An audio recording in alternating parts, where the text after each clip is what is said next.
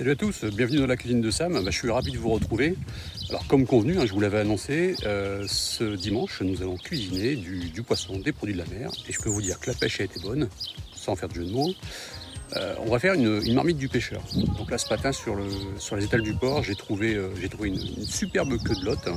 Et on va faire ça avec du saumon, des coquilles Saint-Jacques, des moules, des crevettes. Voilà, un plat assez complet qui donne vraiment envie de passer à table, mais qui est très très simple à réaliser. Vous allez voir, ça se fait assez vite.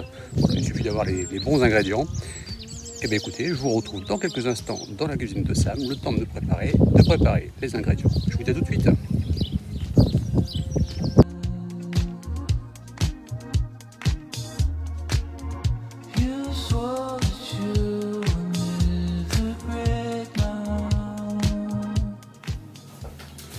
Alors nous voici dans la cuisine, donc si vous êtes prêts, on y va pour les ingrédients.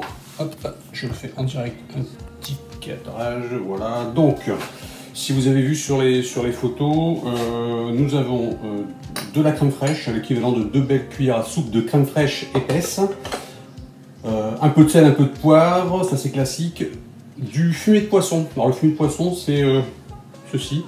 C'est ce qui va remplacer la tablette de court bouillon. Donc là, c'est vraiment spécifique pour un plat de poisson. Et ça va vraiment donner du parfum à notre plat. Un petit peu de safran, donc très, très peu, parce que le safran, ça vient vite donner du goût. Et quand on en met trop, c'est pas bon après. 20 g de maïzena, 2-3 échalotes, suivant la grosseur. Après des herbes type du laurier, du thym, on va y mettre un petit peu de basilic frais, ça va donner une petite touche supplémentaire. Un verre de vin blanc sec, et après sur la partie poisson, donc là j'ai une superbe queue de lotte qui fait à peu près 1,2 kg, comme ceci. Vous voyez, j'ai commencé à détacher l'arête qui est ici, pour ne récupérer que la chair. Les moules qu'on a fait cuire au préalable et qu'on a décortiqué, donc voici. Les crevettes également que j'ai décortiquées, que voici. Et alors le saumon, on va mettre un tout petit filet de saumon, pas plus gros que ça, parce qu'on a quand même déjà une queue de lotte qui est assez importante. Après, vous faites un équilibre, quand vous avez une queue de lotte qui est plus petite, vous prenez un bout de saumon un peu plus important. Alors, sur la vidéo, vous avez vu qu'il y avait également des coquilles Saint-Jacques. Bon, malheureusement, les coquilles Saint-Jacques, les Saint-Jacques m'ont joué un tour, ou plutôt le poissonnier, je dirais. Elles n'étaient pas très fraîches, et en fait, lorsque j'ai voulu les utiliser, il y a une odeur très très forte qui est ressortie. Alors surtout, je le dis, on est sur du produit frais. N'hésitez pas, avant de mettre en plat, avant de cuisiner, à sentir, à humer les ingrédients. Un poisson qui n'est pas frais, vous allez le sentir tout de suite. Et bon voilà, les Saint-Jacques en l'occurrence c'était le cas. Sachez que si vous mettez une Saint-Jacques comme ça, elle va venir entre guillemets empoisonner tout votre plat et votre plat il est foutu. C'est quand même dommage.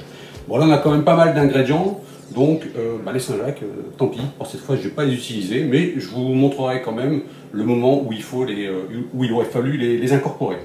Alors ce qu'on va faire dans un premier temps, donc c'est ce que je vous disais, on va retirer, si le poissonnier ne vous l'a pas fait, l'arête qui est ici, vous voyez, qui est assez volumineuse, donc en fait ça vient très bien se retirer, vous voyez, c'est assez simple à faire. Et on va découper notre lotte là par rapport aux morceaux, je vais le faire en 6-8 morceaux à peu près. On va préparer également notre filet, donc là on va retirer la peau du filet et on va couper notre filet là il est petit, je vais le couper en 4. Et ces 2 morceaux, on va les mettre dans un faitout avec l'équivalent de 1,5 litre à 2 litres d'eau suivant la taille du faitout, suivant ce que prend comme place le poisson. On va venir mettre ça à ébullition avec notre fumée de poisson qui est ici, plus le thym qui est là et une feuille de laurier. Voilà. Donc, on met ça à feu doux, voilà, et une fois que c'est à ébullition, on retire du feu, on coupe le gaz, on retire du feu et on met de côté. Et on se retrouve juste à ce moment-là pour la suite de la recette. Allez, à tout de suite.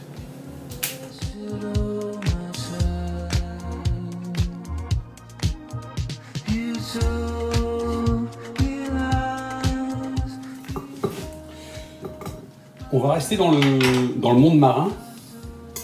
Est-ce que vous connaissez la baudroie. Alors peut-être pas, mais la baudroie, il faut savoir que c'est un poisson qui est très prisé en gastronomie pour trois choses.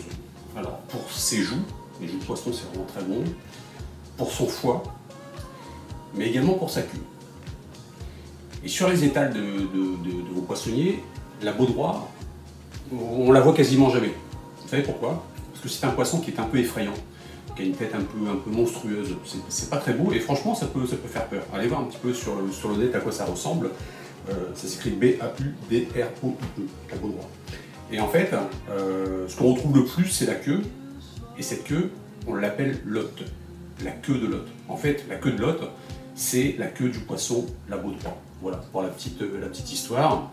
Alors sa chair, qui est quasiment sans arête, hein, vous avez vu tout à l'heure, hein, c'est une arête centrale qu'on retire assez facilement, reste assez ferme à la cuisson et on la compare d'ailleurs bien souvent à la chair de langouste. Voilà, donc c'est en train de finir de cuire tout doucement. Je suis bientôt à ébullition, donc je vous rappelle, ébullition, on arrête tout, on coupe tout, on retire du gaz. Et pendant ce temps-là, vous pouvez très bien préparer votre accompagnement. Donc aujourd'hui en accompagnement, on va faire ça avec du riz basmati et une petite pomme vapeur. Rien de plus, puisque vous avez le poisson avec la sauce qui va venir s'occuper du reste.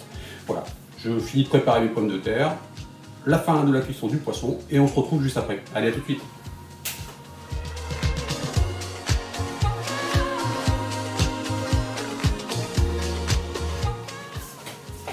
Voilà, notre poisson est maintenant cuit. Donc ce que j'ai fait, j'ai pris une cocotte en fonte dans laquelle j'ai mis un morceau de beurre, l'équivalent de 20 grammes à peu près, enfin de 25 grammes.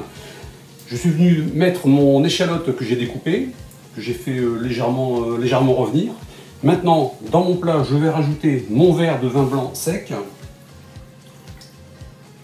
Alors toujours pareil, hein, je vous le dis, je me répète à chaque vidéo, mais si le vin blanc vous n'en voulez pas, si vous ne voulez pas d'alcool dans votre plat, on remplace par le jus de cuisson du poisson. De toute façon, je dois en mettre l'équivalent d'un verre. Donc là, je mets l'équivalent d'un verre.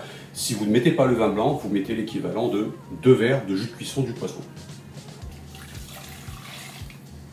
Voilà, comme ceci. On va remettre sur le feu et on va laisser réduire de moitié à peu près. Ensuite, on va venir y ajouter notre safran, l'équivalent de 2 belles pincées de safran. Et on va préparer pendant ce temps-là à côté, on va prendre un petit saladier, on va prendre nos 20 grammes de maïzena, donc ce que vous avez montré tout à l'heure, et on va venir le diluer au fouet avec le jus de poisson également, jusqu'à temps qu'on obtienne une sauce, alors que la maïzena bien sûr soit complètement absorbée par le jus, et qu'on obtienne une sauce un petit peu crémeuse. Voilà, qu'on viendra incorporer par la suite dans le plat. Voilà, on va faire ces 2 étapes-là et on se retrouve pour la fin de la recette. Allez.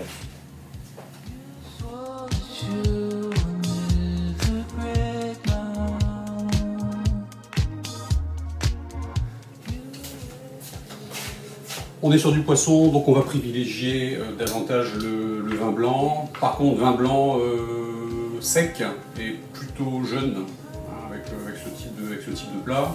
Donc vous pouvez très bien partir sur du Vouvray ou alors du côté de l'Alsace, hein, sur un Riesling, ça va très très bien. Mais on peut aussi, pour les amateurs de bière, se faire plaisir. Alors là, j'ai demandé conseil à mon brasseur préféré, Adrien, que vous commencez à connaître, de la brasserie Kobrecht. Donc là, on partirait plutôt sur une bière brune.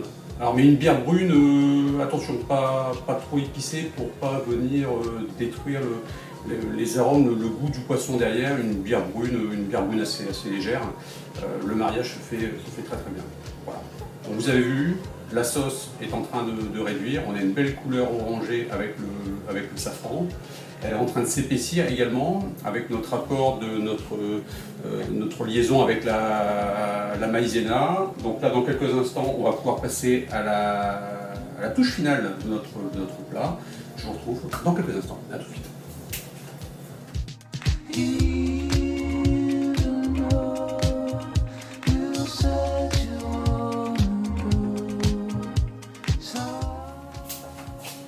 Et voilà. voilà, fin de la recette. Donc vous avez vu là, sur la vidéo, la sauce s'est bien épaissie. Je suis venu rajouter mon poisson délicatement, donc ma queue de lotte, mon saumon qui était cuit.